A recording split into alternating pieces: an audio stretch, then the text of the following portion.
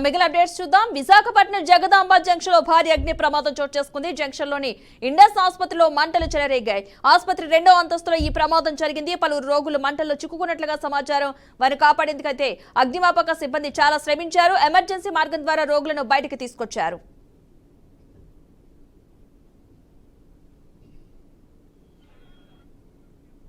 ఇక వారి సమీపంలోని ఇస్తర ఆసుపత్రులకైతే తరలించడం జరిగింది. 4 ఫైర్ ఇంజిన్లతో మంటలను ఆర్పే ప్రయత్నం అయితే చేశారు. ఆసుపత్రి నుంచి కూడా భారీగా పొగ అయితే వెలువడుతుంది. ఈ నేపథ్యంలో చుట్టుపక్కల ప్రాంతాలు కూడా ఈ పొగంతా కమ్మేసినట్లుగా తెలుస్తోంది. దీంతో స్థానికుల్లో భయాందోళన వ్యక్తమవుతోంది. ఇక ఇండస్ ఆసుపత్రి పరిసర ప్రాంతాల్లోని షాపులను కూడా అధికారులు మూసివేయించారు.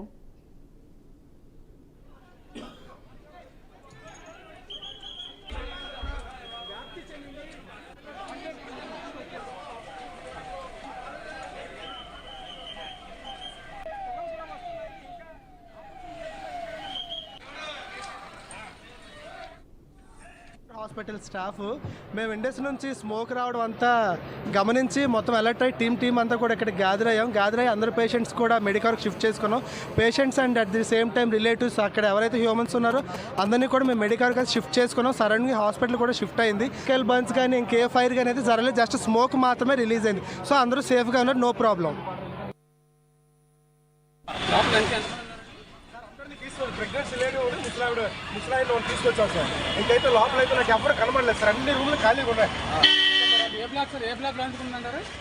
Third block sir. అసలు సెకండ్ బ్లాక్. అదేంటి వాడు ఏం మాట్లాడారు?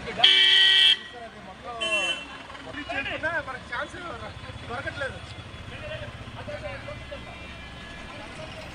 అంటే మీకు కూడా చాలా కష్టంగా అనిపిస్తుంది. చాలా పొల్యూషన్.